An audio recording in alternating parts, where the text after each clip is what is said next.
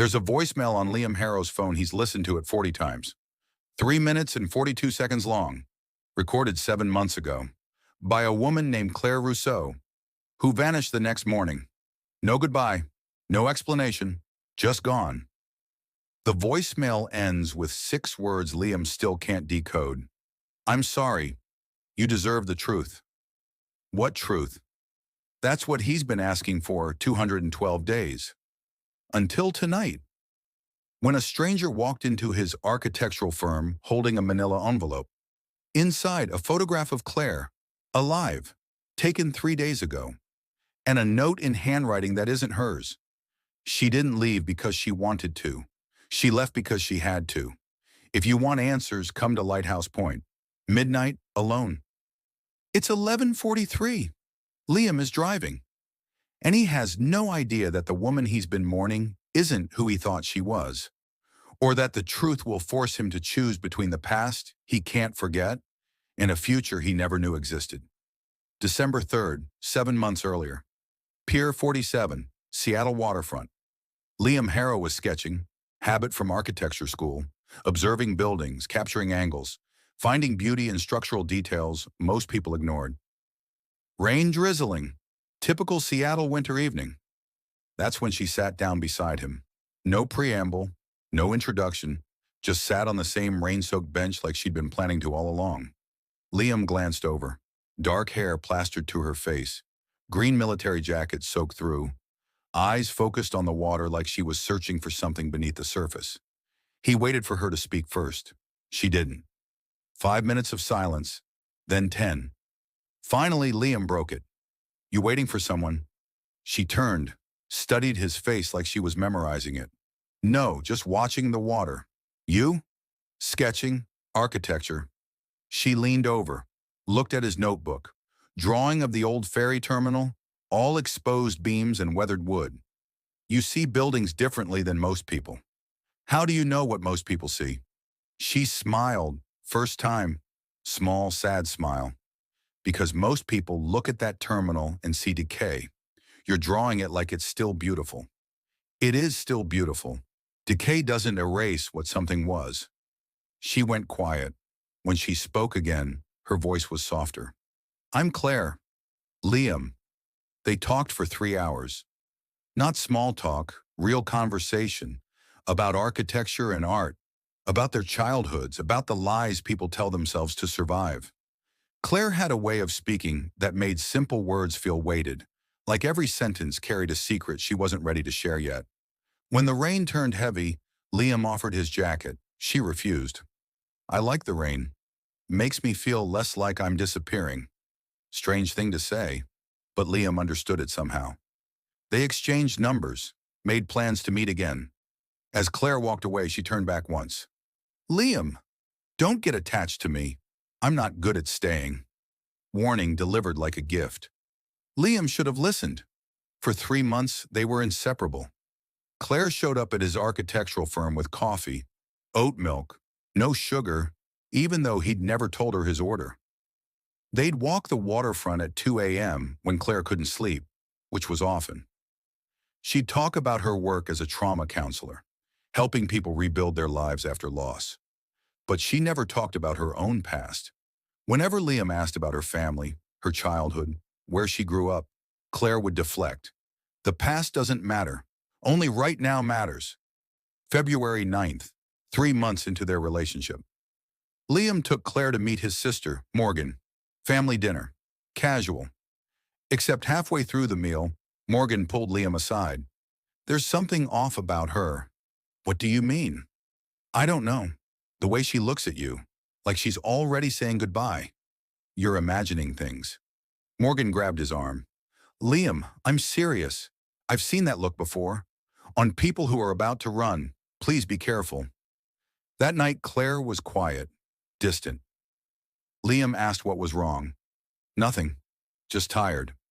But her hands were shaking, and she kept checking her phone like she was expecting terrible news.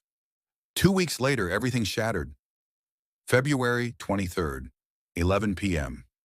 Claire called, voice shaking. Can you come over? Please, I need you. Liam drove through freezing rain, broke 3 traffic laws getting to her apartment.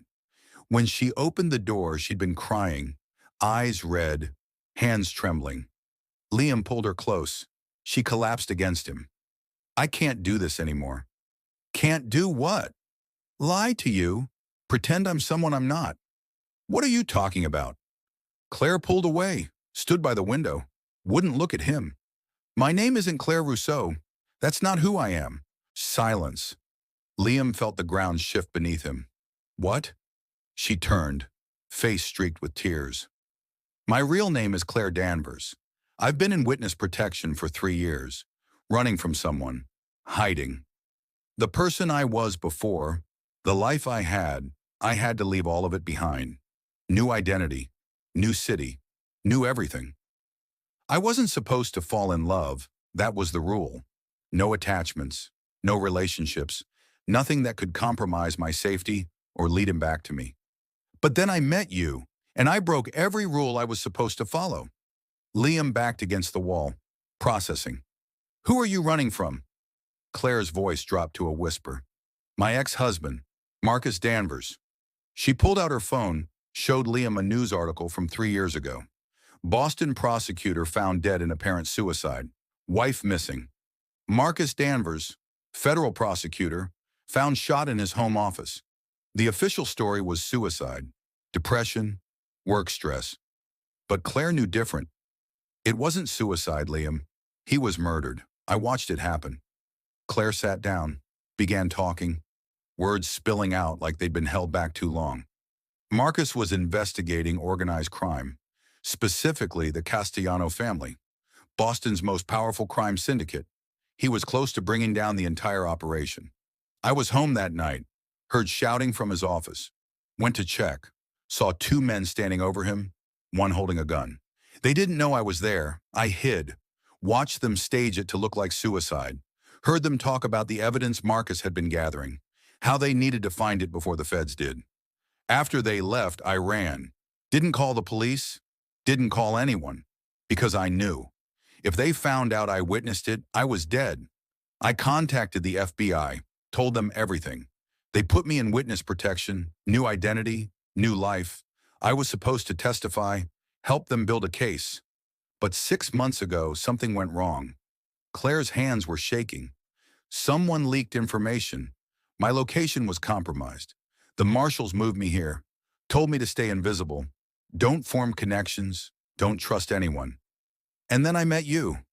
She looked at Liam, devastation in her eyes. I should have walked away that first night on the pier, but I didn't, because for the first time in 3 years, I felt like I could breathe, like I was human again. You made me remember what it felt like to be alive instead of just surviving. Liam sat down beside her. Why are you telling me this now? Claire pulled out her phone again, showed him a text message, received 2 hours ago. Unknown number, 5 words. I know where you are. And a photo, taken from across the street, through her apartment window. Claire and Liam, together. They found me, Liam, and now they know about you. Liam's blood went cold. What does that mean? It means I have to disappear. Again. Tomorrow. The marshals are already arranging it. New city, new identity, new life. I came here to say goodbye and to warn you. For the next few weeks, maybe months, you need to be careful. They might watch you, try to use you to find me. Liam stood, paced. So that's it? You just vanish? And I'm supposed to pretend you never existed? It's the only way to keep you safe. I don't want to be safe. I want to be with you. Claire stood, crossed to him, took his face in her hands. Liam, listen to me. These people killed a federal prosecutor in his own home. They won't hesitate to kill you if they think you're a threat, or if they think hurting you will hurt me. The best thing I can do for you is leave, completely. Let them think you meant nothing, that you were just someone I was using for cover. You weren't using me. I know, but that's what they need to believe. She kissed him, desperate, final. I'm so sorry. You deserved honesty from the beginning. You deserve the truth. When do you leave? 4 a.m. They're picking me up. I'll be gone before sunrise. Where will you go? I can't tell you. The less you know, the safer you are. Liam pulled her close, held her like he could keep her there through will alone. I love you. I don't care what your name is. I love you. Claire was crying. I love you too. More than I thought I could love anyone again. But love isn't enough to keep you alive. Sometimes it has to be. Not this time. February 24th. Morning. Liam woke up in his apartment. Claire was gone. He drove to her place, apartment emptied out, like she'd never lived there. For 3 days, he tried calling. Number disconnected. He contacted the FBI. They wouldn't confirm or deny anything about witness protection. Couldn't discuss active cases. Claire Rousseau, Claire Danvers. Both names led nowhere. Like she'd been erased from existence. Except the voicemail. Left at 4 a.m. the morning she disappeared. Liam, I'm sorry. You deserved the truth from the beginning. I should have been stronger. Should have stayed away from you. But I wasn't. And now I'm leaving knowing I might never hear your voice again. Might never see your face. I need you to know something. Before Marcus died, before everything fell apart, I didn't believe in second chances. I thought my life was over at 31. That I'd spend the rest of my existence hiding, surviving but not living. You gave me 3 months of actually living, of feeling human, of remembering what love felt like. Thank you for that, even if it was temporary, even if it ends here. I love you, in whatever name I'm using, wherever I end up. I'll always love you. Goodbye, Liam. But the voicemail ended with something else. Background noise, faint. A voice, not Claire's. Male voice, barely audible. Ma'am, we need to go. Now. And Claire's response, I know, just give me 1 more minute, please. Liam listened to that voicemail 417 times over 7 months, trying to memorize her voice, trying to find clues, trying to keep her real when the world insisted she wasn't. Until tonight, when everything changed. Lighthouse Point, midnight. Liam parked, old lighthouse perched on rocky outcropping, abandoned for decades. He took the photograph from the envelope. Claire, standing in front of a building, looking directly at the camera. 3 days ago. She was alive. Liam climbed the path, wind howling, freezing rain turning to sleet. The lighthouse door was open. Inside, a figure, waiting in shadow. Not Claire. A woman, 50s, professional suit, federal badge on her belt. Mr. Harrow, I'm Deputy Marshal Sharon Chen. I'm Claire's handler. Where is she? Safe. For now. But there's a situation, one that involves you. Marshal Chen pulled out a tablet, pulled up surveillance footage. This was taken 4 days ago. Boston, federal courthouse. The footage showed a courtroom, trial in session. And in the witness box, Claire. She was testifying against men Liam recognized from the news. Castellano family members, organized crime figures. Claire Danvers testified against the people who killed her husband. 13 hours on the stand, detailed testimony about what she witnessed, the evidence Marcus had gathered. She was extraordinary, composed, credible, unshakable. Marshal Chen paused the video. Because of her testimony, we secured convictions on 7 members of the Castellano organization, including the 2 men who killed Marcus Danvers. They're going to prison for life. That's good. That's what she wanted. Yes, but there's a problem. Marshal Chen pulled up another image. Security footage. Man leaving the courthouse. Expensive suit. Cold eyes. Vincent Castellano, family patriarch. He wasn't charged. We couldn't connect him directly to Marcus's murder. He's free. And 4 days ago, after Claire's testimony ended, he made a phone call. We intercepted it. Marshal Chen played audio. Vincent's voice. Calm. Measured. Find her. Find the woman who destroyed my family. I don't care how long it takes. I don't care what it costs. Find her and everyone she loves. Liam's blood ran cold. Everyone she loves. Meaning me. Marshal Chen nodded. Vincent's people have been investigating Claire's time in Seattle. They've identified you. They know you were involved with her.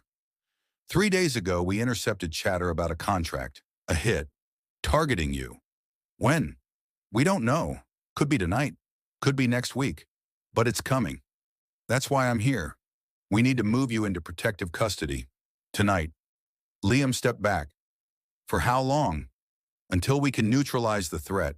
Could be months. Could be longer. And Claire? Marshall Chen hesitated. She's safe. Different city. Different identity. Again, I want to see her. That's not possible. Contact between you endangers both of you. I don't care.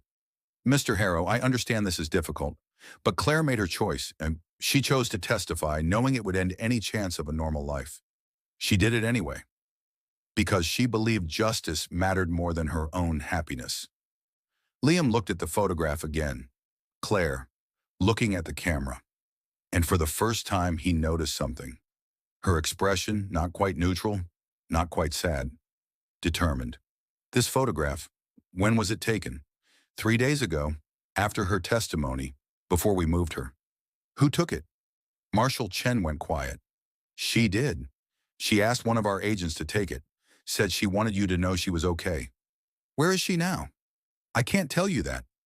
Liam pulled out his phone, showed Marshall Chen the note that came with the photograph. If you want answers, come to Lighthouse Point. Midnight, alone. You didn't send this, did you? Marshall Chen's expression shifted. Alarm. No, we didn't send that. Then who did? Behind them, the lighthouse door opened. Footsteps on stone. Claire stepped into the light. She looked different. Hair shorter, darker, dressed in black, face thinner. But her eyes, same eyes. Marshall Chen spun around. Danvers, what are you doing here? You're supposed to be in transit. I couldn't leave, not without seeing him. You've compromised your security, his security. We need to go. Now. Claire ignored her, walked straight to Liam. Hi. That's all she said. Just hi. Like they'd seen each other yesterday instead of 7 months ago. Liam couldn't speak, couldn't move. Claire reached out, touched his face. I'm sorry for leaving, for lying, for all of it. Why did you come back? Because I couldn't let you walk into witness protection thinking I didn't care, thinking the last 7 months didn't destroy me. She pulled out a letter, handwritten, pages folded and refolded like she'd read it 100 times. I wrote this the day I left. Never sent it. Couldn't. Too dangerous. She handed it to him. It says everything I couldn't say that night, everything I should have said from the beginning. Liam took the letter, didn't open it. What does it say? Claire smiled, sad, beautiful smile. It says I love you, that leaving you was the hardest thing I've ever done, that every day for 7 months I've thought about coming back. It says I'm selfish, because even knowing the danger, even knowing what it could cost, I couldn't let you disappear without telling you the truth. What truth? That you weren't just a distraction. You weren't just 3 months of pretending. You were real. The only real thing in 3 years of hiding. Marshall Chen stepped forward. This is incredibly reckless. Both of you. Vincent's people could be watching this location right now. Claire didn't look away from Liam. I know, but I had to see him. One more time, even if it's the last time. Liam finally found his voice. What if I don't want it to be the last time? What if I choose to come with you? Witness protection, new identity, whatever it takes. Claire's eyes filled with tears. Liam, you can't. Your life, your career, your family. You'd lose everything. I already lost everything when you left. He stepped closer. I don't care about my name. I don't care about my job. I care about you, about us. If we have to disappear to be together, then we disappear. Marshall Chen interrupted. Mr. Harrow, you need to understand what you're suggesting. Witness protection isn't temporary, it's permanent. You would never see your family again. Never practice architecture under your own name. Never exist as Liam Harrow. You'd become someone else. Forever. Liam looked at Claire. Would you be there? Claire was crying. Yes, but Liam, I can't ask you to do this. It's too much. You're not asking. I'm choosing. He took her hands. 7 months ago, you told me not to get attached, that you weren't good at staying. But I got attached anyway. And now I'm the one who won't let go. If the only way we get to be together is by disappearing, then let's disappear. Marshall Chen looked between them. This is highly irregular. I need to make calls, get authorization. It could take weeks. Claire shook her head. We don't have weeks. Vincent's contract is already out. They could move on Liam tomorrow. She looked at Marshall Chen. What if we do it tonight? Right now, both of us. New identities, new location, complete extraction. That's impossible. The paperwork alone? Sharon, please. You know what happens if we wait? Liam dies. Or I spend the rest of my life knowing I could have saved him and chose protocol instead. Marshall Chen was quiet for a long moment. If I do this, if I authorize emergency extraction for both of you, you understand what you're giving up? Both of you? Liam and Claire looked at each other. Yes. Marshall Chen pulled out her phone. I'm going to regret this. 72 hours later. Small town, Montana, population 400. House at the end of a dirt road. Mountains in the distance. Quiet. Remote. Liam and Claire stood on the porch, watching the sunset. New names, new lives, new everything. Liam was a carpenter now. Claire was a librarian. Simple lives, quiet lives. But together, Claire leaned against him. Do you regret it? Giving up everything? Liam was quiet for a moment. I miss my sister. I miss architecture. I miss the life I had. He turned, looked at her. But I don't regret choosing you. Not for a second. Claire smiled. Even though we're stuck in the middle of nowhere, with new names we barely remember, living like completely different people? Even though, especially because, why especially? Because before you, I was just going through motions, building things, living a safe, predictable life. You made me realize I'd rather have a complicated life with you than a simple life without you. He kissed her forehead. Besides, Montana's beautiful, and carpentry's not so different from architecture, just smaller scale. Claire laughed. You hate carpentry. I really do, but I love you, so it evens out. They stood there, watching the sky turn purple and gold. You know what's strange? What? Claire leaned her head on his shoulder. This is the first time in 4 years I've felt safe. Really safe. Not just hiding, but actually living. Because of you. Because of us. 18 months later. Same small town, same house, but different. Garden in the front yard now. Claire's project. Liam built the raised beds. Inside, blueprints on the kitchen table. Liam was designing furniture. Couldn't stop being an architect even in a different profession. Claire was reading, cup of tea, their cat Elliot sleeping on her lap. Doorbell rang. Both of them froze. Nobody visited them. Nobody knew them. Liam stood, walked to the door, hand on the concealed weapon Marshall Chen had given them. Looked through the peephole. Marshall Sharon Chen. He opened the door. Sharon, what's wrong? She stepped inside, looked at them both. Nothing's wrong. Actually, something's very right. Vincent Castellano was arrested this morning. Federal racketeering charges. We finally found evidence connecting him to Marcus's murder.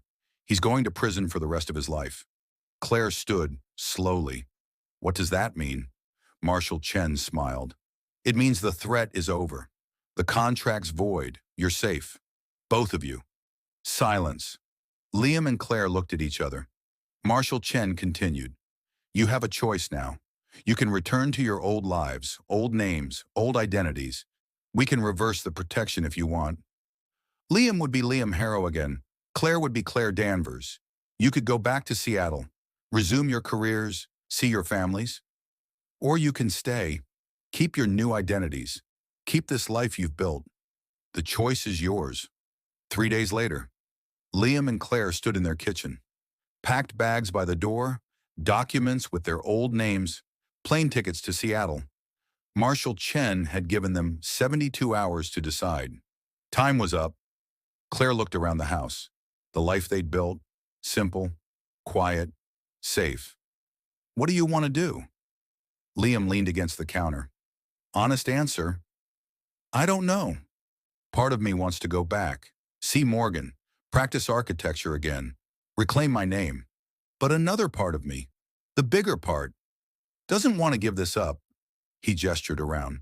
This life, this version of us. No past, no baggage, just two people choosing each other every day. Claire walked to him.